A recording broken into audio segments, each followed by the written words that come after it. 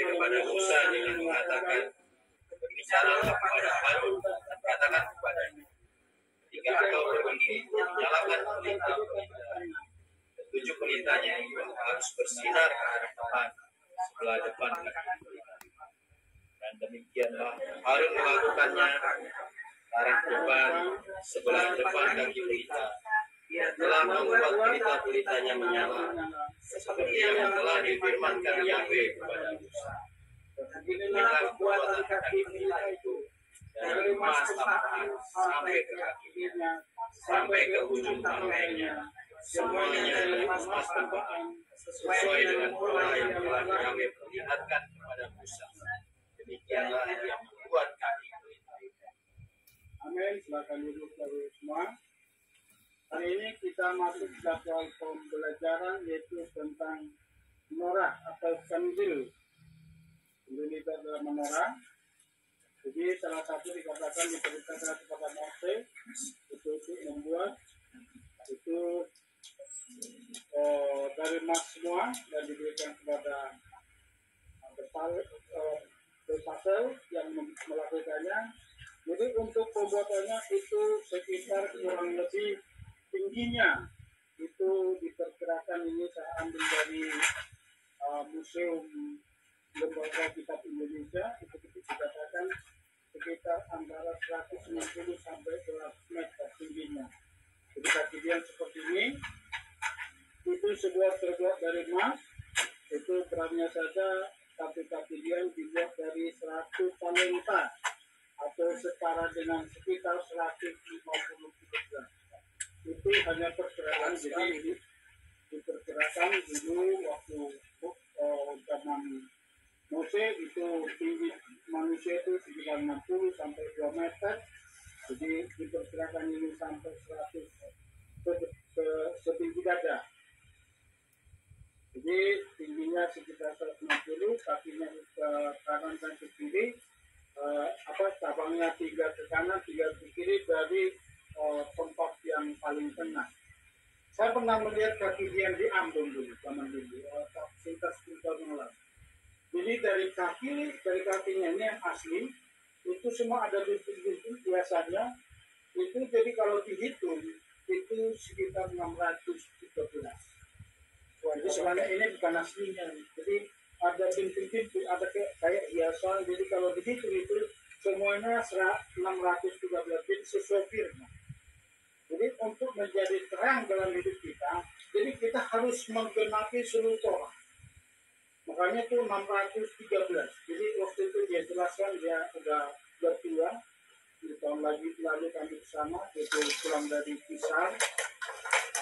Tiba-tiba kita muncul satu gereja di Ambon, termasuk gereja tertua di Ambon. Jadi tunjukkan sama kami kaki dia. Dia simpan sekonde tua. Kecil, tapi ada pintu itu. Jadi kayak gini kan ada itunya tuh, ada gelembangnya. Jadi ada hias-hiasan.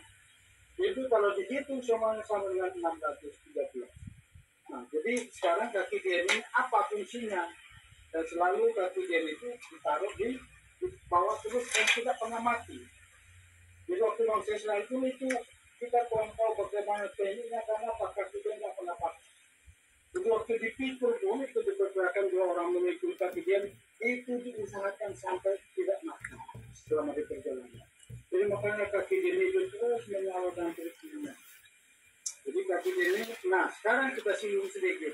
Kenapa dihanyutkan jadi 9.000, 8.000? Itu kita kaitkan urusan sedikit karena itu waktu pendaki sampai suci selama 8 hari itu kaki dia menyala. Padahal diperkirakan itu cukup 1 hari itu sudah habis. Tapi waktu itu Nagabe langsung mengambil tindakan dinyalakan. Ternyata selama 8 hari kaki dia itu menyala sampai selesai pembaptisan sampai mereka menantang.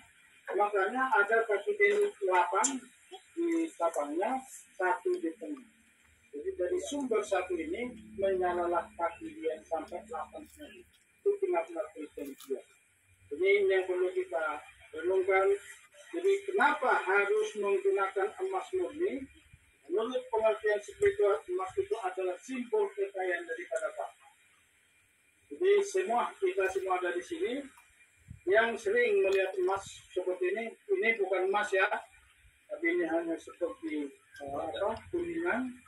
Tapi sekarang yang emas itu kita nggak tahu apakah itu dipatikan, itu pembakaran batu apa itu di Babylon. Kita belum ada, belum pernah dapat semacam. Karena itu nantinya akan kembali ke batu. Apa itu misteri itu kan kita nggak tahu. Jadi itu simbol kekayaan surgawi yang ada pada pribadi Yahweh untuk membentuk kekayaan emas murni tersebut harus ditempa. Kalau kita di sini harus ditempa, dipanaskan, dipukul dan dibentuk sesuai dengan bentuk yang diperintahkan Yahweh kepada Moses. Jadi ini gambaran juga bagi kita. Jadi kalau kita untuk menyalakan kekayaan, untuk kita menjadi terang di dalam zaman ini, karena tadi setiap kita hari Sabat kita menyalakan kekayaan dan selalu kita katakan pentingnya apa? Untuk terang Mesias ada dalam hidup kita. Jadi untuk kita menjadi terang perlu ada proses, perlu ada bentukan. Tadi katakan dibentuk, ditempa, bahkan diukir. Jadi kita pun kalau mau jadi terang harus mengalami apa? Bentukan, diproses dalam hidup, di dalam melakukan berjalan di dalam orang. Itu butuh proses. Kita semua satu dengan yang lain beda prosesnya. Dan terang kita beda satu dengan yang lain. Jadi ini menjadi peringatan bagi kita bahwa perang Mesias itu di dalam hidup kita supaya kita menjadi terang di akhir zaman. Karena firman Tuhan berkata kamu adalah terang dunia. Itu perlu bentukan, perlu gesekan, perlu dibentuk di tempat. Saya pernah melihat tukang besi, bukan tempat besi langsung asli, bukan kalau di YouTube itu panasnya bukan main. Utamanya kalau di kampungnya kan masih manual, itu keringatnya kalau makan bukan main kuatnya, lebih kuat daripada tukang cangkir. Kenapa? Tenaga mereka membuat kenapa pas panas jadi kayak musik aja tuh. Itu kulit. Makanya situ saya dari kampung itu bagus banget. Itu langsung dari Jakarta. Jadi memang manual itu sungguh luar biasa. Nah itulah kaki dia. Jadi diperkirakan dan waktu di Taman Jurung, di Padang Jurung itu baru ditutup satu.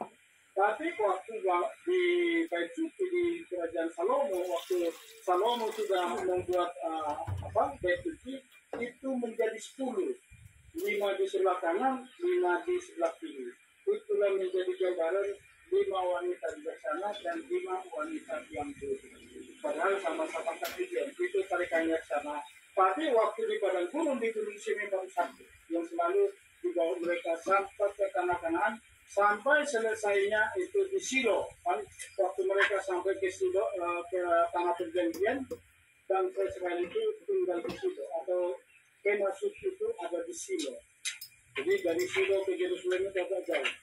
Setelah saya terlaksana, jadi itu baru kaki dianya baru satu, tapi di Bait Suci itu ada 10 kaki dia untuk menerangi. Nanti kenapa Bait Suci ditaruh di ruang kudus, bukan di ruang Maha Kudus? Karena waktu Bait Suci ada di Yerusalem waktu dibangun Raja Salomo itu 10 kaki dia bukan ditaruh di ruang Maha Kudus, tetapi di ruang kudus. Bahkan bisa dimaksudkan. Kenapa bukan di ruang Maha Kudus? Kenapa di ruang kudus? Karena untuk menyimari umat manusia itu Muslim, jadi kenapa bukan di ruang Maha Kudus? Untuk mengurangi orang yang masuk di ruang Maha Kudus itu makin besar. Jadi artinya apa? Kaki dia itu bukan untuk kepentingan Tuhan, tapi kepentingan umat. Karena jadi ini salah satu profetnya. Semakin kita menerima terang Mesias, semakin kita dimampukan untuk memasuki ruang Maha Kudus. Jadi semakin terus terang Mesias itu ada pada kita, kita semakin dilayakkan memasuki ruang Maha Kudus. Karena dulu hanya imam besar yang bisa masuk ke ruang Maha Kudus, umat biasa hanya diterangi di bawah, di ruang kudus dan di halaman. Nah, kita masuk sekarang, apa penglihatan Zakaria tentang kaki dia? Kita lihat Zakaria 4, dan waktu Zakaria melihat penglihatan tentang kaki dia, itu diapit dengan pohon zaitun. Itu saya masukkan itu hanya persepsi, belum tentu seperti ini penglihatan Zakaria ya. Coba dibaca dulu siapa sekarang dimulai dari Pak Jeffrey. Ayat 2 sampai 3 itu tadi yang di grup sudah saya tulis tadi, kita 26, 9 sampai 10.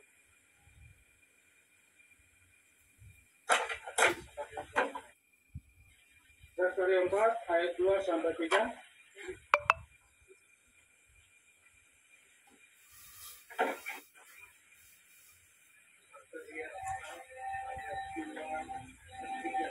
Dua sampai 3 ya di ayat. Lalu dia berkata,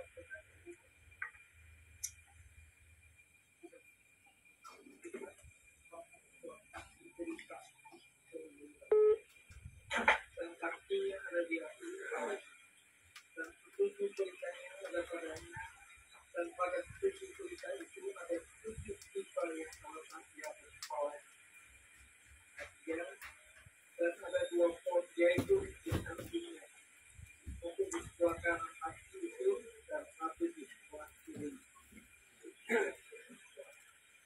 Jadi ada satu di sebelah kanan dan satu kiri di akhir. Kemudian tiba-tiba apinya terus menyala. Nah, ini yang perlu kita lihat. Jadi beda penglihatan daripada Zakaria dengan penglihatan yang dibuat oleh Mose waktu di padang gurun, itu langsung seperti ini. Tapi penglihatan Zakaria itu pending. Jadi kayak saya nggak masukin di sini dari arkeologi, jadi kayak itu bundar.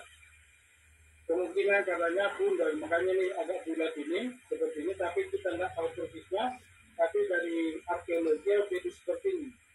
Jadi ada penemuan arkeologi tapi kendil itu seperti itulah, lampu yang bulat tapi tujuh pelitanya. Jadi seperti ini punya makna, punya pengertian, karena zaman Zakaria itu kembalinya dari Babel, dari pembuangan. Mereka kembali dari pembuangan itu langsung membangun bait suci kedua waktu di Musat dengan wajahnya Zerubabel, dan imam besar pada saat itu yaitu Yosua. Jadi ini penglihatannya, apa maknanya? Mari kita baca. Coba kita dalam kiri atau dalam kanan.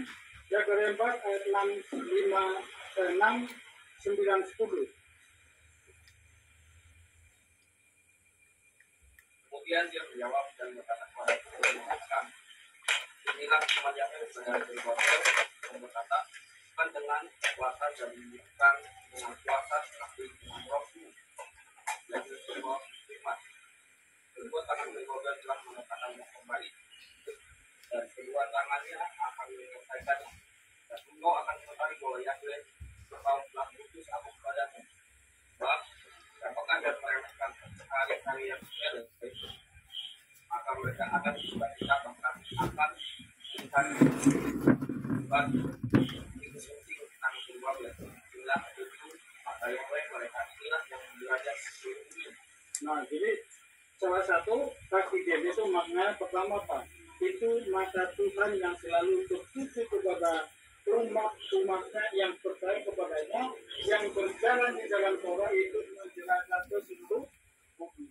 Itu salah satu pengertian apa?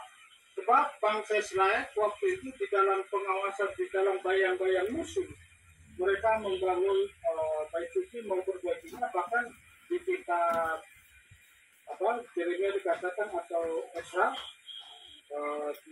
di mana ya? Saya lupa. Bahkan satu di kanan membangun, satu tangan pegang senjata. Jadi makanya Zakaria melihat itu ini nabi yang membuat kitab yang begitu luar biasa dibuatannya sampai akhir zaman.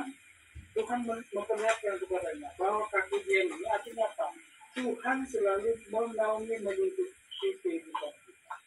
Jadi ini menjadi gambaran bagi kita. Maka dikatakan sini, saya buat sini, bukan kuat dan gagah bangsa Israel termasuk saudara bangsa.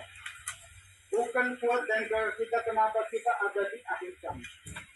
Dan sekarang itu goncangan semakin nyata, semakin luar biasa. Khususnya penyembah Bapak Yahweh semakin digodok, semakin digodok. Semakin kenapa? Kita yang terus paling mengalami proses. Kenapa? Karena kita sudah memasuki kesempurnaan. Kita yang sedang dituntut, yang sedang diproses saat ini untuk apa? Untuk memasuki hari Tuhan yang dasar itu, yaitu raja. Jadi makanya bukan kod dan raja. Demikian juga di zaman Zakaria waktu mereka rajanya Raja Zerubabel dan imam besarnya Imam Yosua, mereka saat itu Yosua juga baru pulang dari Babel, jadi belum kudus, belum layak, tapi Tuhan melayakkan mereka. Makanya kalau kita baca terus nubuatan penglihatan Zakaria, itu di Zakaria 8 itu ada penghakiman. Tapi Tuhan memutuskan dan tahirkan kehidupan imam besar itu Yosua dan Zerubabel menyertainya. Ini adalah gambaran apa? Kerjasama imam dan raja. Jadi kedua penglihatan ini kakidian itu adalah gambaran zaitun itu yang dua zaitun itu mengapit kakidian itu adalah gambaran kerjasama imam Yosua sama imam raja Zerubabel. Jadi namanya Yosua harus sungguh-sungguh hidup dalam Torah. Amin yang namanya Yosua dan imam ya, dan sungguh-sungguh nggak boleh main-main hidup di dalam Torah. Kenapa? Karena Tuhan selalu menyorot orang-orang yang sudah dipilih, yang sudah ditentukan. Makanya dikatakan tadi apa? Sebab mata Yahweh tertuju kaki dia itu. Itu adalah gambaran mata Tuhan yang selalu tertuju kepada orang-orang yang hidup di dalam kebenaran itu. Jadi selama kita hidup di dalam Torah, kita hidup di dalam kebenaran firman, itu hidup di dalam tuntunan buah Elohim. Yakinlah dan percaya, situasi dan kondisi apapun yang kita alami, Tuhan selalu menyertai kita. Makanya dikatakan tadi apa? Mereka akan menyelesaikannya. Imam Yosua selalu fokus kepada Torah. Karena saat itu apa? Baru mereka kembali dari pembuangan. Mereka belum kuat, belum mantap di dalam Torah. Karena di pembuangan mereka jarang belajar Torah. Tapi Zerubabel raja yang belum biasa memimpin. Kenapa? Mereka dari bangsa yang terjajah, yang terbuang ke Babel. Tapi waktu kembali ke Yerusalem, maka Tuhan menolong lebih khusus untuk kami. Kita pun saat kita datang kepada Tuhan di hari Sabat, besok kita melakukan aktivitas kita. Tuhan selalu akan menaungi lebih khusus. Yang kedua, makna daripada kakidian yang diambil oleh dua buah zaitun itu apa? Sangat mustahil bagi bangsa Israel untuk kembali dari perbuangan. Tetapi karena anugerah ada Yahweh yang menjamah Raja Kores, yang memerintahkan bangsa Israel kembali ke Yerusalem, sama seperti waktu bangsa Israel keluar dari Mesir menuju tanah-tanah. Jadi bangsa Israel saat itu makanya Zakaria melihat apa artinya itu. Artinya apa? Tuhan selalu ada di tengah-tengah bangsa Israel. Tuhan selalu ada di tengah-tengah hidup kita. Tapi saudara mula, Tuhan selalu ada di tengah-tengah rumah tangga kita. Amin. Tuhan selalu menyertai kita. Dalam situasi dan kondisi apapun, di dalam hal-hal yang tidak mungkin terjadi, itu pasti terjadi asal kita tetap setia berjalan di dalam Torah. Amin. Kenapa tadi katakan? Sebab mata Yahweh selalu tertuju kepada umat selianya yang berjalan dalam firman. Nah, menjadi pertanyaan saat ini, apakah kita hari lepas hari berjalan dalam firman atau mengabaikan firman, bahkan melanggar firman? Ini menjadi pertanyaan. Tapi kalau kita hidup dalam firman, jangan pernah takut, khususnya di akhir zaman ini, karena waktunya segera tiba. Mari saya kirim satu grup ya, yang anjing dibaptis. Akan masuk ya semuanya. Apa kita kasih mulai? Ini sekarang lagi ngetren anjing dibaptis.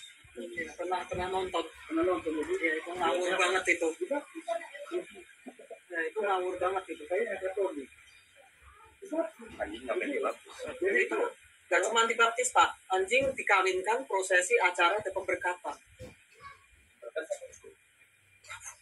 Ya ada yang berkati pokoknya. Tapi ini pakai judulnya sangat biasa. Jadi ini salah satu tanda. Gabut banget. Jadi bahkan di komentari saya kira kenapa apakah aku salah pilih aku kasih mula-mula itu ada yang komentar sini penggenapan di zaman ya karena ada di dekat makmur ya berdasarkan waktunya tetap boleh semua makmur Bener di anjing tapi aja. ya coba Mazmur sampai sekarang ikut apa mikir Mazmur 34 ayat 16 jadi mata Tuhan yang jadi berjalanlah dalam Torah. Mazmur 34 itu yang di tengah jalan aja. Maka yang itu kepada orang-orang benar dan telinganya kepada seruan mereka. Nah, jadi kalau kita hidup orang benar itu apa? Coba mikir dulu. Siapakah orang benar yang dimaksud? Hah?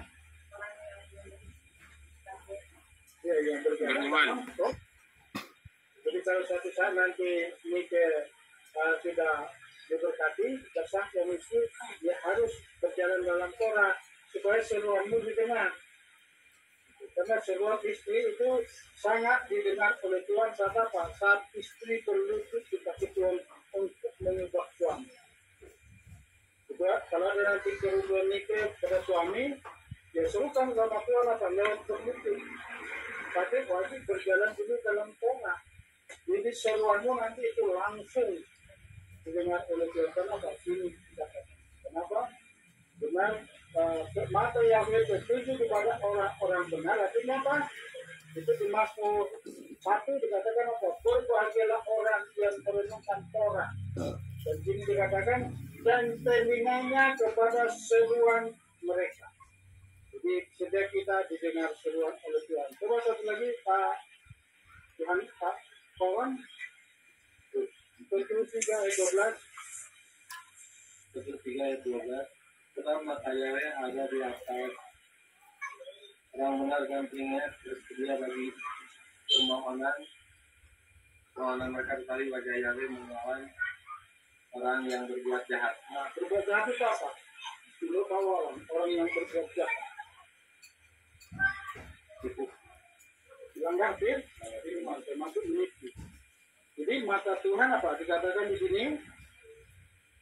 Tetapi wajah Bapa Yahweh melawan orang yang berbuat jahat. Jadi orang yang melanggar Torah. Nah yang kedua, makna daripada pohon zaitun yang mengapit kandil atau kasidian. Jadi tadi penglihatan Zakaria apa? Dia melihat dua pohon zaitun mengapit betul tapi dia atau kandil. Kedua pohon zaitun itu adalah gambaran tadi sudah kita jelaskan, itu gambaran Zerubabel dan imam besar Yosua, di mana kerjasama dan raja sangat dibutuhkan untuk mendatangkan api kemuliaan Bapa Yahweh di Yerusalem. Jadi di dalam rumah tangga kita pun perhatikan sini, istri sebagai penolong sangat butuh bekerjasama dengan imam. Untuk apa? Untuk mendatangkan api Tuhan. Jadi dalam suatu persekutuan pun itu perlu ada persekutuan kerjasama antara imam dan raja. Untuk apa? Untuk menghadirkan kemuliaan Bapa Yahweh di setiap komunitas. Di komunitas kita kalau ada kerjasama antara umat dan imam, raja dan imam untuk membangun bait suci dalam bayangan musuh pun, bangsa Israel menyelesaikan pembangunan bait suci itu. Kedua yang dirusak oleh Raja Babel. Imam mengajarkan Torah bagi bangsa Israel sehingga mata Yahweh tertuju kepada bangsa Israel. Jadi mata Tuhan saat ini tertuju pada kita yang ada di sini yang belajar Torah. Siapa yang mau belajar Torah, belajar firman, merenungkan firman itu selalu dipantau oleh Tuhan. Yang kedua, Paul itu juga menggambarkan dua orang yang diurapi, tetapi di situ disebut apa? Tidak disebutkan namanya karena Zakaria bertanya, siapakah, apakah arti dua Paul itu? Tapi tidak disebut artinya. Jadi ini boleh kita tarik juga bahwa itu dikatakan apa? Dua orang yang diurapi bisa gambaran Elia dan Musa. Waktu Elia dan Musa bertemu Yesus Hamasiah, kami masih berarti perubahan. Makanya waktu itu Hamasiah dan kemungkinan besar waktu Yesus Hamasiah dan Elia dikasih waktu Hermon. Kalau dulu itu tahun 2006 kami ke sana, ini tempat transfigurasi Yesus dengan Elia dan Musa. Itu disebut di Tabor. Itu Tabor itu sekarang begitu Hermon direbut, ini Hermon itu menjadi pusat wisata juga. Kenapa? Karena di situ yang sering terjadi salju di Bukit Hermon. Jadi kemungkinan besar waktu transfigurasi perubahan itu, jadi kemungkinan karena diikuti salju atau diikuti dengan awan terjadi perubahan cuaca. Makanya Simon mengatakan, Tuhan, siapa aku membangun monumen itu di sini. 3 pintu, satu untuk Tuhan, satu untuk apa? Untuk Elia dan satu untuk Musa. Jadi kemungkinan besar ini ada dua proyek itu adalah dua yang berat itu Imam Nabi Elia sama Musa.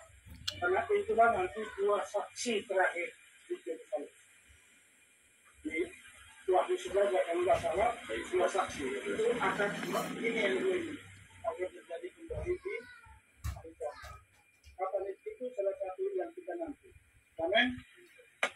Zaitun adalah sumber minyak yang terus mengalir ke kandil atau kejadian sehingga api terus menyala tak pernah padam.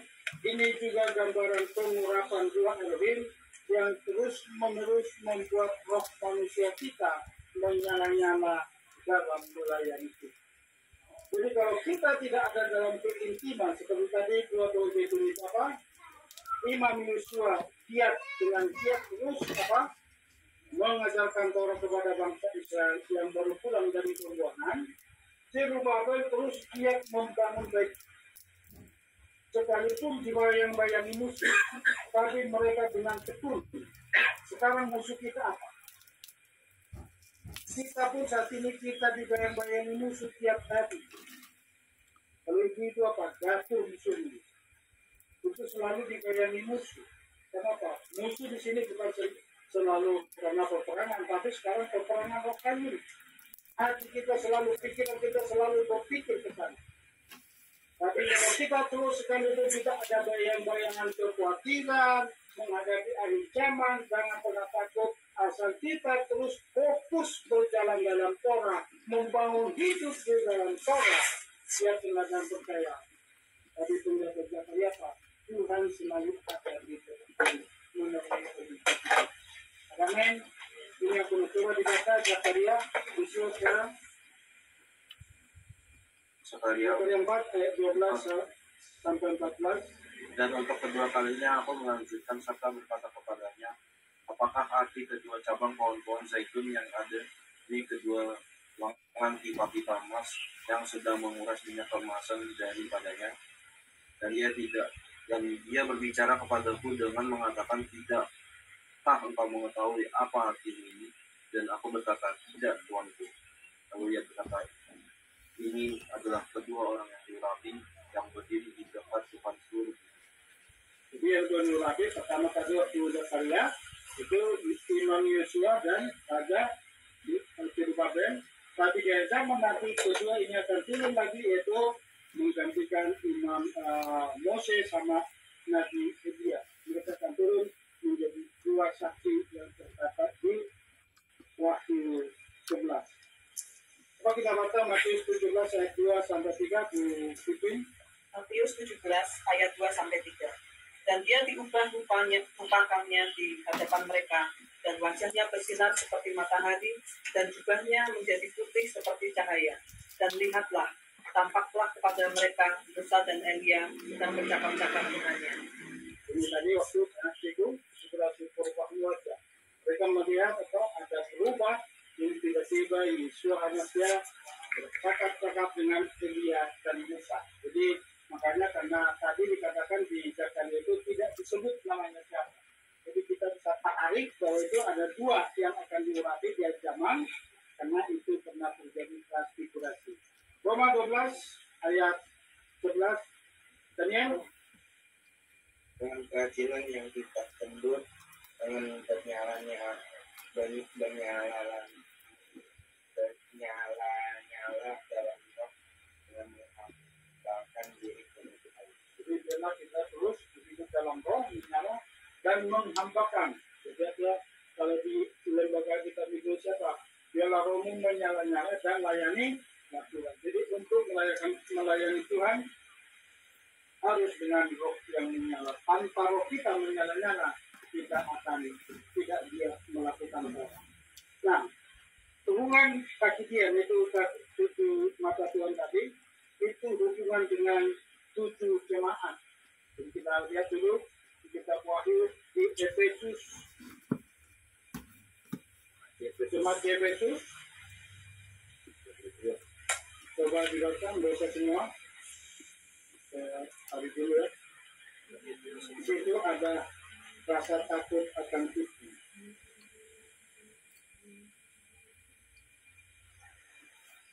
Wahyu 2 ayat 1-7, pesan untuk gereja Efesus. Tuliskanlah kepada malaikat gereja Efesus, dia yang memegang ketujuh bintang di tangan kanannya, yang berjalan di tengah-tengah ketujuh kaki pelita emas, mengatakan hal-hal ini. Aku tahu perbuatan-perbuatanmu dan kerja kerasmu dan ketabahanmu, dan bahwa engkau tidak dapat menanggung yang jahat, dan engkau telah menguji mereka yang mengaku sebagai rasul, tapi mereka bukan, dan engkau mendapati mereka palsu. Dan engkau telah menanggung dan memelihara ketabahan, karena namaku engkau telah berjeri lelah dan tidak menjadi letih.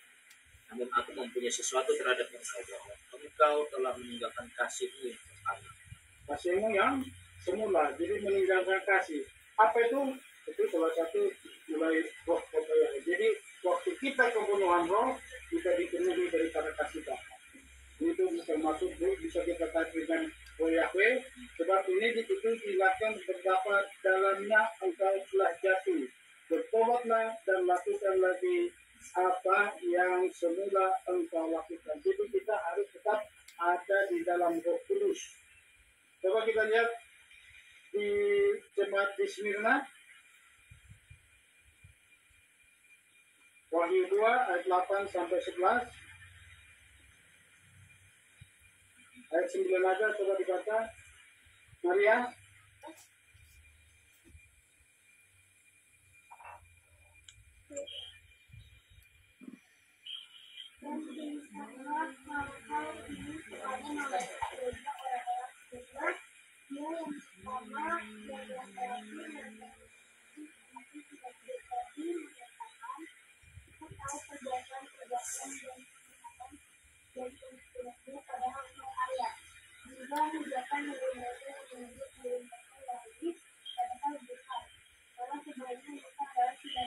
Jemaat iblis. Jadi jemaat iblis artinya apa? Tidak ada roh hikmat. Jadi kita akhir zaman ini harus punya hikmat. Jadi jangan nanti kita mengaku-ngaku, ada orang mengaku-ngaku aku adalah rabi. Jadi kalau kita tidak punya hikmat, ya kita bisa terjebak pengajaran di akhir zaman. Coba yang ketiga, nanti kita coba sini lebih dalam karena kita banyak lagi pengajarannya. Maka dikatakan di akhir itu, di ayat yang ke-11 dikatakan,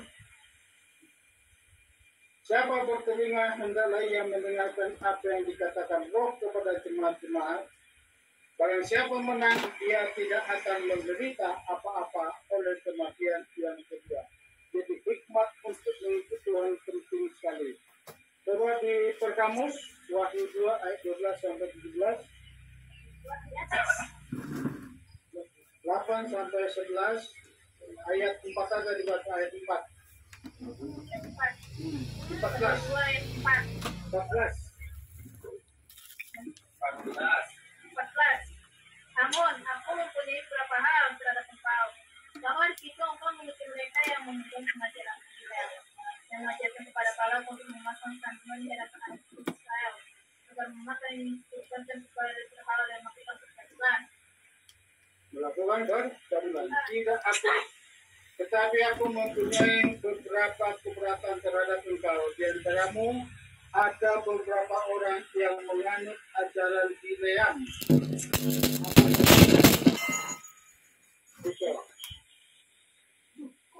Jadi apa ajaran Bileam? Jatuh. Ngapain? Itu bersama dengan Balak yang mengajarkan supaya Ngapain? menasihati Raja Balak untuk Jatuh. memberikan anak-anak perempuannya kepada bangsa Israel lainnya. Bangsa Israel jatuh dalam dosa berzina itu Bileam. Itu salah satu. Tapi Bileam memberikan nasihat kepada Balak. Yang memberi nasihat kepada Balak untuk menyesatkan orang Israel. Semua mereka makan persembahan berhala dan berbuat zina. Itu pengertian. Jadi kita harus mengerti mana yang benar, mana yang baik. Ini persembahan berhala atau tidak, kita harus nangkap di zaman ini. Makanya di ayat 17 dikatakan, siapa bertelinga hendaklah ia mendengarkan apa yang dikatakan Roh kepada jemaat. Barang siapa menang kepadanya akan kuberikan dari mana yang tersembunyi, dan aku akan mengaruniakan kepadanya batu putih yang di atasnya tertulis nama baru yang tidak diketahui oleh siapapun selain oleh yang menerimanya.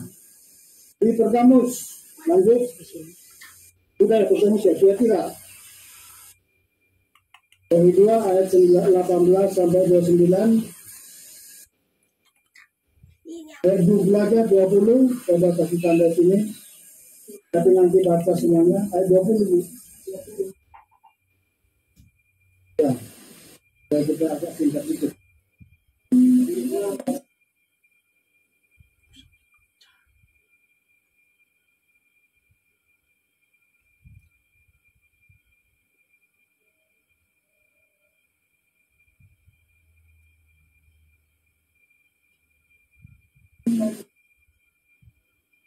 Di penyembahan, tetapi aku mencela engkau karena engkau membiarkan wanita Isabel yang menyebut dirinya Nadia mengajar dan menyesatkan hamba-hambaku supaya berbuat zina. Jadi apa? Dia membiarkan dirinya tidak menasihati, dia memberikan nasihat. Jadi turun nasihat ya. Yang kelima, Sardis. Apa jadi? Wahyu 3 ayat 1 sampai 6, baca ayat 2 aja.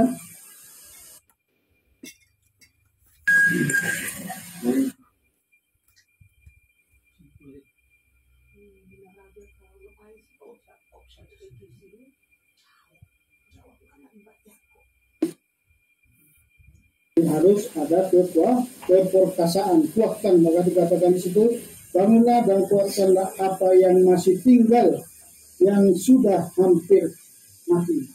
Di setiap hari kita harus terus minta roh keperkasaan supaya kita semakin kuat, jadi bukan meninggalkan apa yang Tuhan berikan, apa yang Tuhan sudah tetapkan bagi kita. Di ayat 5 dikatakan, barang siapa menang, ia akan dikenakan pakaian putih yang demikian. Aku tidak akan menghapus namanya dari kitab kehidupan, melainkan aku akan mengaku namanya di hadapan Bapakku dan di hadapan para malaikat. Tanpa roh keperkasaan bagi kita setiap akhir zaman ini, kita akan goyang. Kenapa? Karena kita selalu dicap dari sebelah kanan kita, dari mana-mana kita dicap dari orang sesat. Yang keenam, jemaat di Philadelphia, Wahyu 3 ayat 7 sampai 13. Baca ayat 8 aja tadi.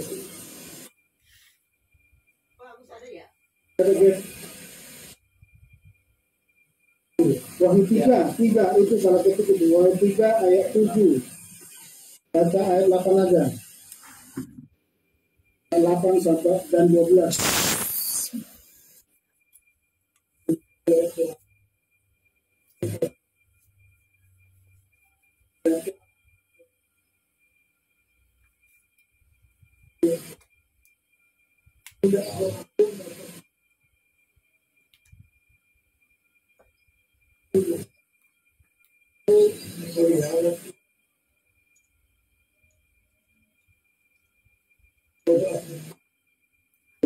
Siapa yang menang itu akan menjadikan kudus oleh begitu. Dia sekali tidak akan keluar dari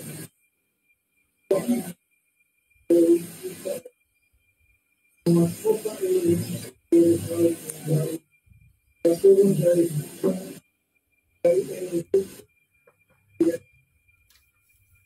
artinya pada sini nanti kita belajar lagi itu roh pengenalan.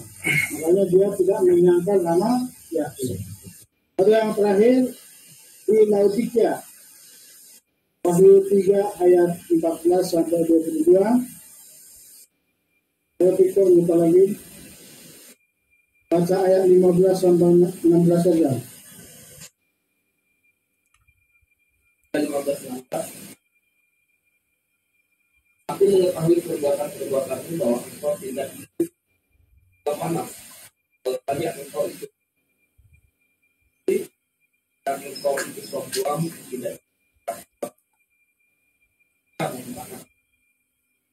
Jadi siapa yang mengatakan yang tidak takut akan Yahweh itu apa? Kalau kita Kristen tapi tidak sungguh-sungguh, tidak panas, tidak dingin yang dibukakan. Jadi ketujuh roh ini ada menjadi hinggap di 7 jemaat ini gambaran kita di akhir zaman. Dan kalau kita pelajari nanti 7 ini, jadi sekitar 7 roh ini ada pada mereka, tapi ada yang spesial. Makanya banyak Tuhan mencela. Tapi Philadelphia tidak dicela. Ini menjadi jemaat yang terbaik. Nah sekarang, tanpa 7 roh ini ada pada kita, itu menjadi seperti jemaat di gambaran kita. Ada yang suam-suam. Tapi kalau penuh 7 roh ini dalam hati kita, kita pasti sempurna menuju kesempurnaan. Jadi tidak ada, banyak yang punya hikmat, tapi banyak yang tidak takut akan kita. Dan zaman ini banyak seperti itu. Contoh, Bapak-bapak gereja lah, semua tahu nama Bapak. Tapi tidak semua memperkenalkan nama Bapak. Tidak mau memperkenalkan, tidak mau memandangkan, tidak mau menyerukan namanya. Ini tidak punya rasa takut akan Tuhan. Takutnya sama siapa? Sama Abdul. Ini. Jadi, mari kita tarik gambaran 7 jemaat ini. Sebenarnya 7 jemaat ini diberikan roh Bapak Yahweh. Tapi ada yang kurang pas. Akhirnya apa? Harus penuh roh 7 roh ini. Hikmat, roh Yahweh. Kenapa? Di roh Yahweh ini sudah sempurna. Tapi sudah dipenuhi hikmat, dipenuhi pengertian, dipenuhi nasihat, keperkasaan, dan pengenalan. Jadi, dan takut akan Yahweh itu yang membuat kita tidak suam-suam. Jadi harus sempurna. Nanti dibaca, direnungkan, dipelajari kembali bahwa ada kaitan 7 ketinggian itu mata Tuhan tertuju kepada 7 jemaat, tapi harus sempurna 7 ketinggian ini hidup dalam hidup kita. Nah sekarang kita masuk bagian kedua di bilangan 9. Ini dikatakan Pesak Seni. Sudah pernah dengar belum? Pasca kedua. Jadi sudah pernah dengar Pak Alek? Pasca kedua ini Pesak Seni. Jadi Pesak Seni ini, jadi waktu bangsa Israel ini bukan di Mesir, tapi di padang gurun. Waktu mereka merayakan Pasca, orang yang bertugas memikul tulang-tulang Yusuf itu tidak ikut merayakan Paskah kedua di padang gurun. Tapi mereka meminta kepada Musa. Kami kan bukan melakukan dosa, tapi karena melakukan tugas ini, kenapa kalian tidak ikut melakukan roti tegak bahagia? Akhirnya apa? Musa berdoa dan minta. Akhirnya apa? Ditunda 1 bulan kemudian pas tanggal 14 dia mereka kembali melakukan itu Pesak dan harus persis sama yang dilakukan yang pertama. Ya, 14 Nisan ditunda 1 bulan. Coba dibaca dulu bilangan 9. Ini harus dibaca bilangan 9 ayat 1 sampai 14. Tadi baca aja yang 6, 7, 14 sampai 12. Oke. Dan ada orang-orang yang menjadi jemaat mayat sehingga mereka tidak dapat merayakan Paskah pada hari. Mereka datang mendekat ke hadapan Musa dan ke hadapan Harun pada hari itu.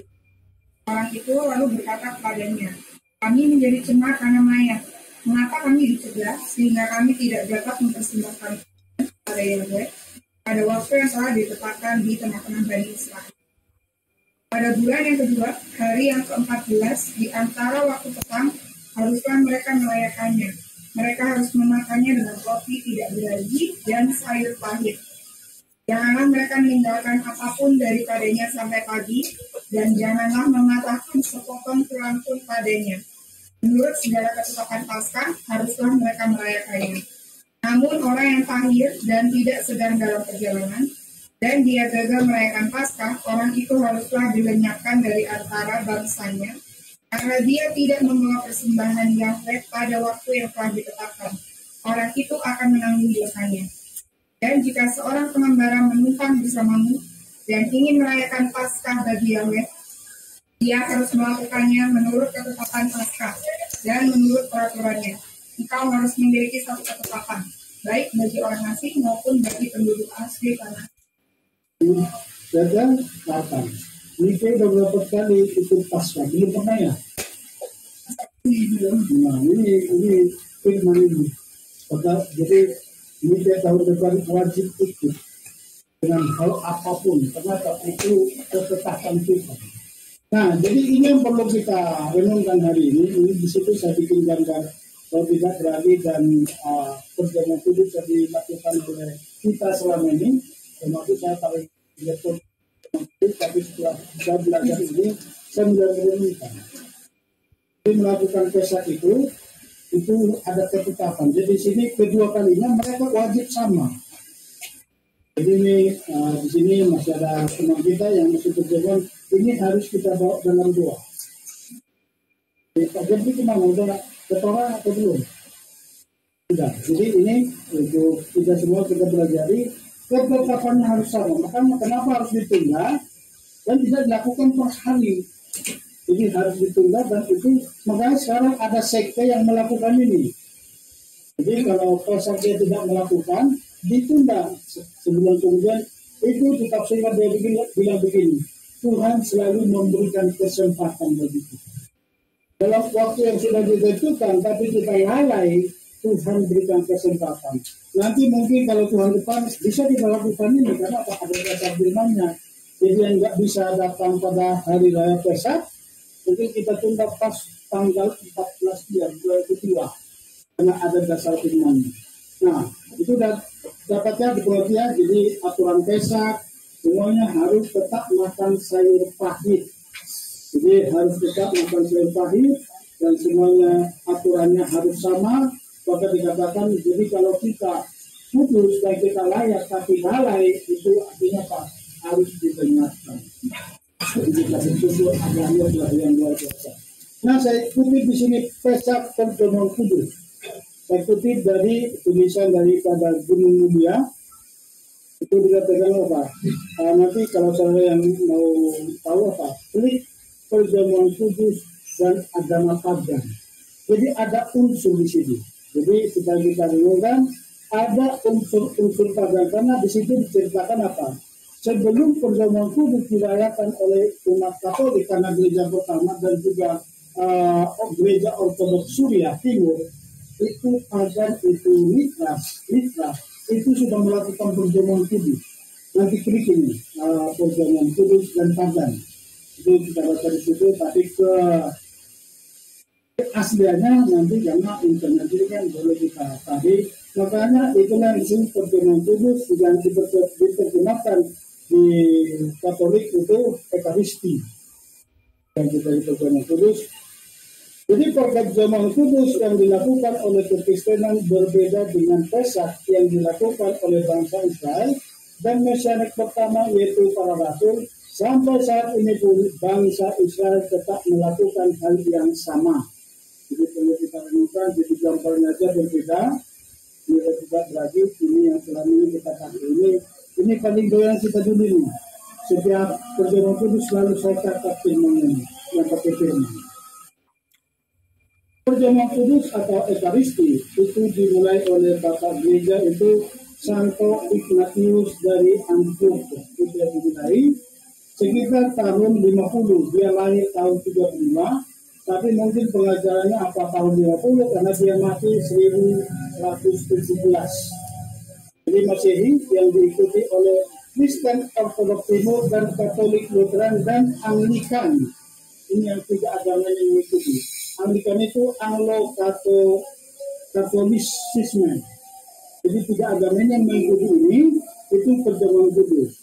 Jadi perjamuan kudus, perjamuan suci, perjamuan Paskah atau sakramen Ekaristi merupakan salah satu sakramen yang diadakan Kristen menurut Alkitab. Istilah Ekaristi yang berasal dari bahasa Yunani yang berarti berterima kasih atau bergembira bertambah sering dipergunakan oleh Gereja Katolik, Anglikan, Ortodoks Timur, dan Lutheran. Ini sekutif ya, saudara saja. Sedangkan istilah perjamuan kudus bahasa Inggris Holy Communion dipergunakan oleh Gereja Protestan pertama, yaitu perjamuan kudus didasari pada perjamuan makan malam yang lazim di Israel kuno. Jadi perjamuan malam itu disebut perjamuan kudus, itu perjamuan kudus diterjemahkan dari perjamuan Tuhan. Coba baca dulu 1 Korintus 11 ayat 20. Berapa orang? Korintus 11 ayat 20. Ya. Selanjutnya ketika kamu berkumpul di suatu tempat harus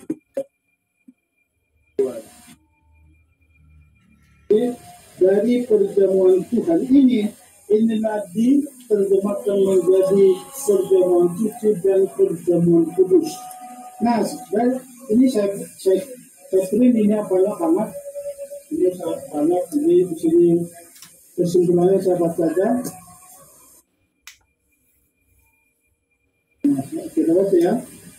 Kesimpulan daripada semua cerita di sini dijelaskan. Tidak satupun doktrin original yang mampu dihasilkan oleh Kristen di mana pengaruh agama pagan selalu saja mewarnai beberapa doktrin dalam kekristenan. Jadi salah satu agama pagan yang mempengaruhi kekristenan itu salah satu Mitra. Itu agama penyembah berhala dewa matahari di Katolik. Jadi mereka inilah salah satu waktu Konstantin masuk dan pada saat itu Roma sangat mengidolakan bahkan tolak ukur atau menjadi acuan atau menjadi panutan di kerajaan Roma itu agama Mitra. Jadi untuk mengadopsi ini saya baca dulu ya. Jelas. Hal tersebut terjadi karena Yesus di sini sebut yang dijadikan sebagai acuan oleh mereka tidaklah pernah mengajarkan apa yang mereka yakini selama ini selain hanya mengandalkan kitab-kitab, jadi Injil dan surat-surat Paulus yang bukan sebagai saksi hidupnya Yesus, tapi mereka itu adalah saksi ini ada apa ini penarasul-rasul semua saksi hidup. Jika Kristen mengklaim bahwa sakramen perjamuan kudus telah diajarkan oleh Yesus Kristus, tentu saja awal masa kekristenan hingga saat ini Kristen akan mengalami keseragaman dalam penafsiran dan juga sepemahaman berbagai inisiasi dari agama misteri yaitu pagan memiliki kesamaan dengan ritus Kristen. Tentu saja di masa itu akan ada perubahan dan penyesuaian atas apa yang telah dilakukan oleh Kristen, terlebih orang-orang yang masuk ke dalam Kristen awalnya mereka adalah orang-orang pagan. Dalam hal ini, Rashid Rahman, ini pemiliknya, seorang Kristen yang pernah menempuh studi di bidang sejarah liturgi menyatakan secara jujur bahwa beberapa bapak gereja ingin menyejajarkan ibadah inisiasi Kristen dengan inisiasi lain dalam upacara agama misteri yaitu pagan. Oleh karena itu, tanpa ada ritus perjamuan kudus yang pernah dilakukan oleh agama pagan, tentunya Kristen tidak akan pernah melakukan sakramen tersebut, di mana agama pagan telah menjadi percontohan di saat itu ya, di zamannya, inisiasi yang akhirnya diterapkan dan dikembangkan oleh Kristen. Inilah pernyataan dari ini dijelas di sini, itu kumpulan mitologi dan legenda Yunani dan Romawi itu ditulis di sana. Jadi nanti boleh diklik dan kita bawa dalam doa. Jadi perjamuan kudus Ekaristi itu dikutip dari tadi kesimpulan tadi sudah dibaca ya. Kita lanjut. Nah, jadi pertanyaan bagi kita, kalau ada di masa itu, kenapa? Salah satu kenapa kita kembali ke Ibrani? Semua kita sudah lolos dari apa? Kenapa? Kita tinggalkan termasuk minggu. Jadi yang mengubah Natal menjadi minggu itu Konstantin. Nah, satu lagi di sini dari BPK Gunung Mulia telur Paskah. Itu nanti saudara baca ada di sini saya tulis telur Paskah itu dari penyembah Easter. Itu dia kesimpulan di Jerman. Itu maksudnya dimasukkan oleh situ. Ini yang mengubah Easter, yang mengubah Paskah. Jadi Jumat Agung. Jadi Paskah jadi hari Minggu, Jumat Agungnya diganti jadi Paskah. Itu hari raya Easter. Dulu saya paling getol merayakan mencari apa. Jadi ini sekarang nanti baca di situ. Ini yang perlu kita buat dalam doa untuk kita saling apa? Masuk ke akar Ibrani yang tadi dikatakan untuk merayakan Pesak itu ada Pesak kedua. Jadi kenapa harus Pesak kedua? Ditunggu 1 bulan sampai mereka tahir, sampai mereka layak, dan mereka harus melakukan tetap seperti yang dilakukan. Dari tulisan di atas dapat kita simpulkan bahwa adanya, ini menjadi perenungan bagi kita, perbedaan Paskah Ibrani dengan Paskah Kekristenan dipengaruhi oleh agama pagan dan agama misteri. Jadi makanya selama ini kita menyebutkan waktu kita masih Kristen, kita menyebutkan selamat Paskah selalu hari Minggu, padahal itu adalah hari ketiga, itu hari kebangkitan. Kalau kita sudah mengerti bahwa perjamuan kudus adalah pengaruh dari agama pagan, mari kita renungkan supaya kita, kalau sudah waktunya, kita tinggalkan dan kita kembali kepada saudara Pesak. Amin. Untuk kita bawa dalam doa. Kita lanjut yang ketiga, kerendahan hati Mose karena dipenuhi oleh Roh Yahweh. Jangan 12 ayat 3, coba dibaca. Sekarang kawan Biswa ya. Bilangan 12 terakhir ini. ada. Jadi 11.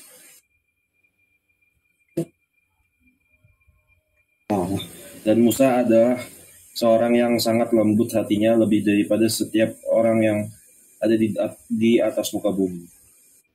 Jadi Musa itu disebut orang yang paling lembut hatinya. Saya tinggal berdoa sekarang yang sudah di Mesir semuanya harus dilembutkan hatinya. Seperti Mose. Kenapa? Mose dipenuhi dengan Roh Yahweh. Kenapa kita katakan Mose dipenuhi Roh Yahweh? Siapa yang bisa memberikan argumen? Bapak Alek, kenapa Mose dipenuhi? Dari mana tandanya? Karena selama ini kan gereja mengatakan perjanjian lama kan tidak ada yang dipenuhi Roh. Ditambah itu sudah sebenarnya.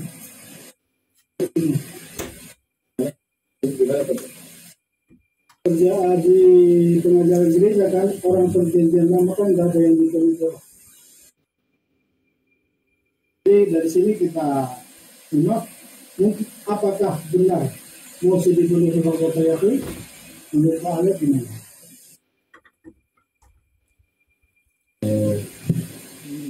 mesti dipenuhi roh kata Yahweh, ya betul.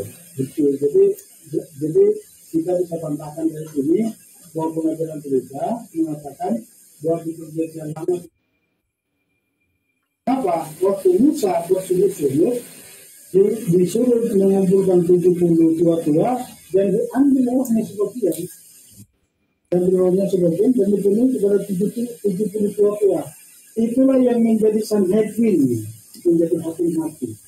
70 tua-tua itulah yang menjadi Sanhedrin. Jadi mereka yang menentukan hukum, menjatuhkan hukum 70 tua-tua ini. Dulu namanya hukum mati, dulu kalau kata berzina mereka menentukan. Makanya Sanhedrin sudah berubah sebelum Yesua masih disalibkan. Jadi sebelum Yesua disalibkan, Sanhedrin sudah berubah. Ini rahasia ilahi. Sanhedrin itu sebenarnya adalah yang menentukan yang menentukan bentuk penebusan itu harus seperti apa, jumlah penebusan dan jenis penebusan itu harus seperti apa. Bukan Sanhedrin itu hanya memutuskan hukum. Jadi ada yang mau dihukum mati, mereka yang bersidang. Mereka ini kita Sanhedrin. Jadi makanya ini kita sebut, makanya sering saya katakan apa? Ada hal-hal yang sulit kita pahami. Coba bayangin, sebelum Yesua Hamasiah, Sanhedrin berubah. Maka kalau Sanhedrin masih ada, pasti Sanhedrin yang memutuskan Yesua digantung atau tidak. Tapi itu diserahkan kepada siapa? Roma.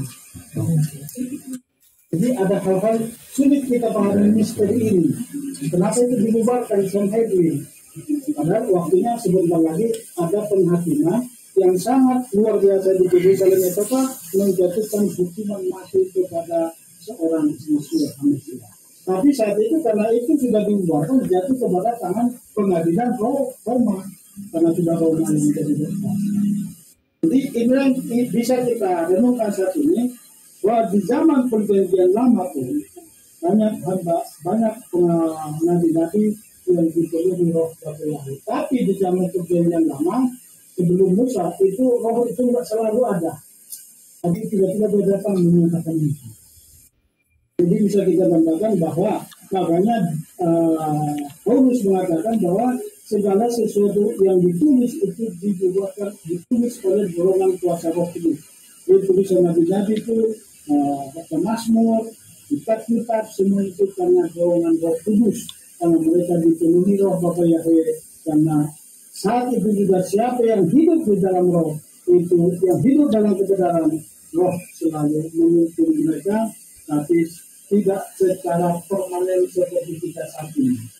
Itu makanya kalau di zaman nanti di saat ini juga tuntutan atau standar untuk memasuki Samen itu jauh lebih tinggi standar kita daripada standar di zaman hukum Taurat. Salah satu zaman hukum Taurat itu zaman para itu hukum Mose itu berzina itu hanya kontak fisik. Dia hanya melakukan persetubuhan laki-laki dan perempuan baru itu disebut berzina. Tapi kita sekarang di perjanjian baru yang sudah diberikan rohnya secara permanen di dalam hidup kita, melihat dan mengingini kita sebagai bagaimana berzina. Karena kita nggak boleh sering nonton YouTube. Karena nonton YouTube nanti suka melintas hal-hal seperti itu. Itu mempengaruhi pikiran kita. Jadi lama-lama kita sudah masuk kategori berzina. Dulu di perjanjian lama itu harus mematikan. Tapi kalau sekarang di perjanjian baru kita melepaskan perkataan yang menutup, bahkan menghakimi. Contoh. Justru nggak bisa apa ini. Itu sudah masuk dalam pembunuhan. Kalau kita memperkatakan bagian itu. Jadi bukan hanya sekedar membunuh, memukul orang itu dikategorikan jadi pembunuh, tetapi apa? Melakukan perkataan yang memojokkan, yang menghakimi itu sudah masuk kategori pembunuhan. Amin. Jadi perlu kita rasakan. Jadi Mose salah satu kenapa Mose dikatakan rendah hati, dan bisa memberikan gambaran kenapa Mose rendah hati. Kita diskusi dulu, kenapa disebut Mose rendah hati, dasarnya dari mana? Ya, Pak Jepi.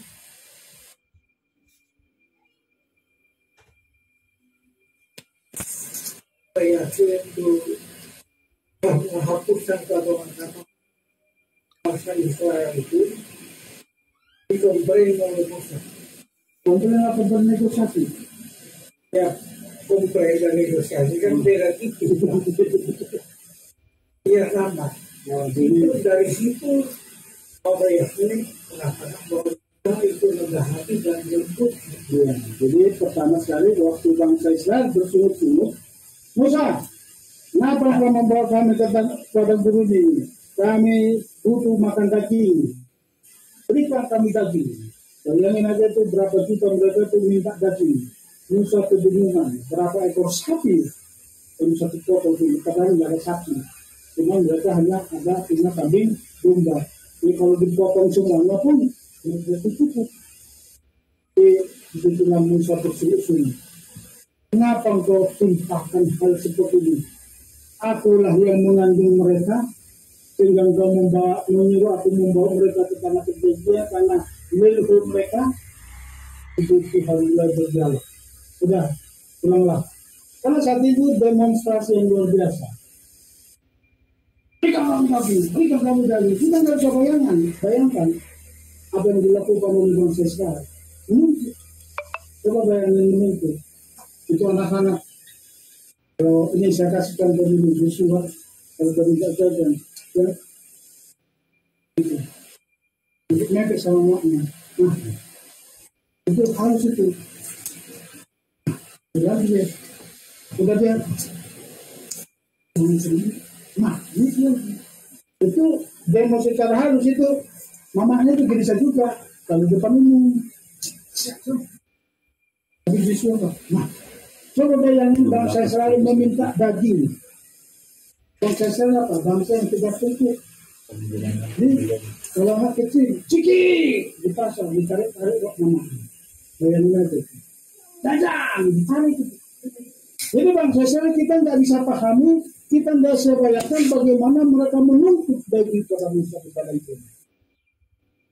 Karena Musa berlutut dikasih Tuhan, aku pengen mengandung mereka. Karena mereka Musa dalam keadaan tertutup, tidak pemimpin dan sebagainya. Tapi di saat Musa dapat firman, udah turunlah Musa, aku akan berikan daging. Tiba-tiba datanglah apa? Mana? Burung. Waktu mereka baru makan burung puyuh itu baru di mulut, banyak yang mengalami kematian. Jadi karena suatu desakan, makanya Musa dikatakan rendah hati. Kenapa? Dia bersungut-sungut, tapi waktu Tuhan mengambil satu keputusan, Musa menyingkir dari bangsa ini, berkumusnahkan. Ketika dia kata-kata jadi Musa berkata, kata-kata bangsa Mesir nanti Tuhan. Bangsa tidak mengampuni bangsa ini, hapuskanlah namaku dari kitab kehidupan yang kau tulis. Bayangin. Nanti kalau tidak seperti begitu Musa, tapi kita harus berdoa. Paulus pernah berkata kalau bangsa kali itu dia akan aku binasa dari bangsa. Paulus juga menambahkan seperti itu. Tapi Musa apa? Waktu bangsa yang bersungut-sungut menuntut atau demonstrasi kepada Musa, tapi waktu bangsa yang tegak tentang ini mau dimusnahkan, Musa menjadi pembela. Jangan Tuhan. Kalau engkau tidak mau mengampuni bangsa ini, hapuskanlah namaku dari kitab kehidupan. Ini artinya apa? Inilah kedekatan. Kedekatan Tuhan dengan Musa. Sampai dia memohon.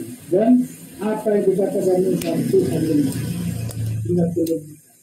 Moga kita seperti itu semua melakukan kelembutan hati, berdialog, berdoa kepada sahabat kita. Jadi kita perlu, ini sudah katakan, saat Yahweh murka terhadap bangsa Israel, Mose berdoa dan menggunakan hati Yahweh, bahkan Mose rela namanya dihapus dari kitab kehidupan. Demi bangsanya Mose mau berkorban. Keluaran 32 ayat 11 sampai 12 Joshua.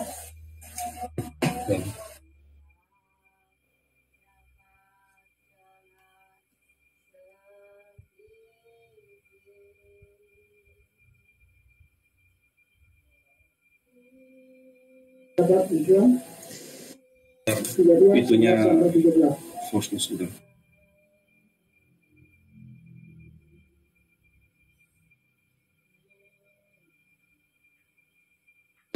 Dan Musa pun memohon dengan sangat di hadapan Yahweh Elohimnya dan berkata, mengapa Yahweh murkamu tersulut terhadap umatmu yang telah engkau bawa keluar dari tanah Mesir dan kekuatan yang besar dan dengan tangan yang kuat? Apakah orang-orang Mesir akan berkata sambil mengatakan dengan niat jahat dia telah membawa mereka keluar untuk membunuh mereka di pegunungan dan untuk membinasakan mereka di atas permukaan bumi ini? Berbaliklah dari nyala murkamu dan menyesallah atas yang jahat terhadap umatmu. Ingatlah akan Abraham, akan Ishak, dan akan Israel, hamba-hambamu yang kepada mereka engkau telah bersumpah demi dirimu sendiri, dan engkau telah berfirman kepada mereka, aku akan melipat gandakan keturunanmu seperti bintang-bintang di langit, dan seluruh negeri ini yang telah kukatakan akan kuberikan kepada keturunanmu, dan juga akan mereka miliki untuk selamanya. Ini itu dikatakan Musa. Keluaran 32 ayat 32. Dan sekarang, apakah engkau akan menanggung dosa mereka? Dan jika tidak, aku mohon hapuskan aku keluar dari dalam kitabmu yang telah engkau tulis. Ini negosiasi umum. Ketika dan bagaimana negosiasi umum. Kita bisa menggunakan hati orang ini untuk menurunkan amarahnya. Kalau bukan talenta, ini tidak bisa. Musa mendekat sama Tuhan dan memiliki kelembutan hati, dia mohon, hapuskanlah nama. Jika engkau tidak mengampuni bangsa ini, hapuskan nama Tuhan.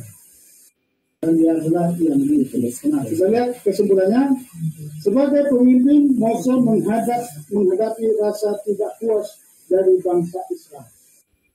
Di pertama, kerendahan hati adalah kesempurnaan spiritual.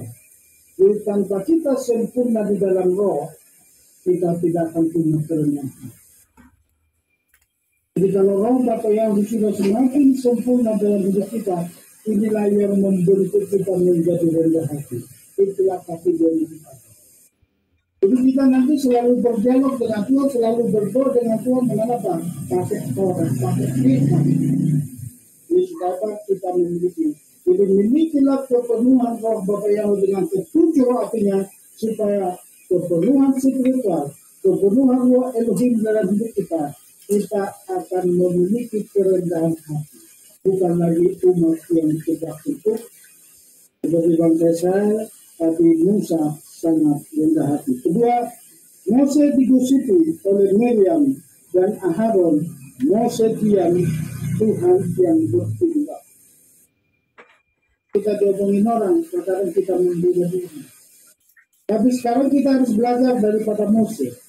Waktu Miriam dan Harun mengata-ngatai Mose karena dia mengambil istri yang lain, dia pilih diam. Ada saatnya kita pilih diam kalau ada serangan dari manapun. Kita perhatikan sini. Kalau saya ngomongin contoh, Bu Pipin, Bu Pipin begini.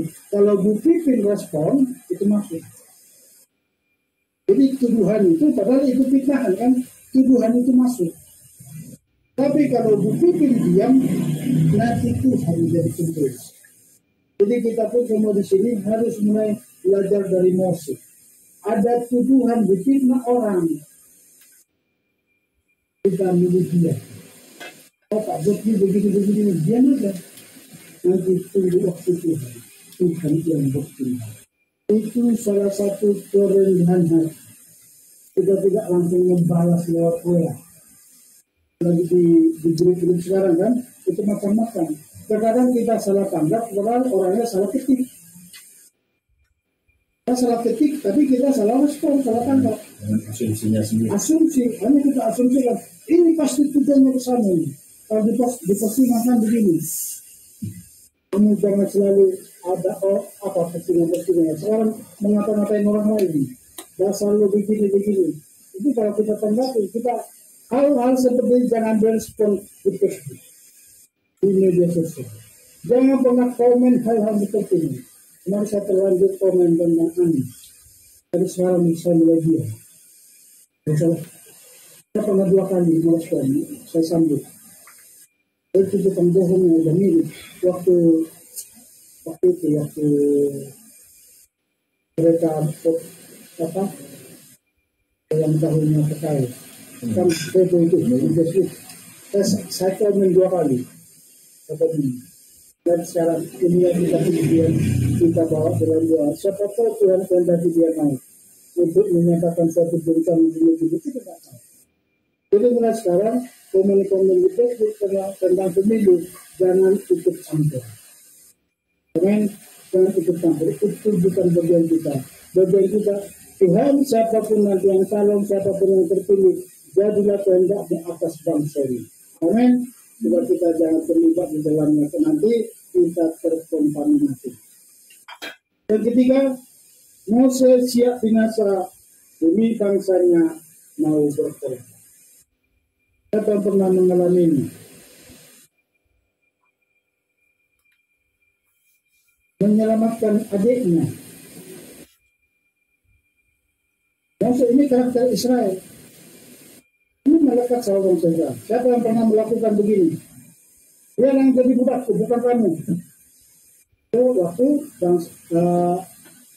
Yehuda, waktu Yusuf mau menahan Benyamin. Yehuda langsung apa? Izinkan aku bicara Tuhan. Aku tidak bisa melihat kematian bapakku yang ubanan itu. Biarlah aku menjadi budakmu, tapi biarkanlah adik kecil ini pulang. Ini karakter yang harus melekat bagi kita. Karena kita mau berkorban. Ini harus melekat bagi kita sebagai umat pilihan di Al-Jannah. Tuhan, aku mohon hapuskanlah namaku dari kitab kehidupan ini. Selamatkan kalau kau tidak menyelamatkan kita. Mungkin baru kita pakai ini untuk berdoa. Kita belum pernah pakai ini. Jadi kita berdoa supaya kita terjadi kerendahan hati, memikirlah kepenuhan doa Allah ini. Bila kerendahan itu masih ini menjadi teladan bagi kita semua. Puji Bapak Yahweh, Bapak Yahweh memberkati kita semua. Haleluya, amin. Silakan mungkin kalau ada yang sharing, ada yang tambahan.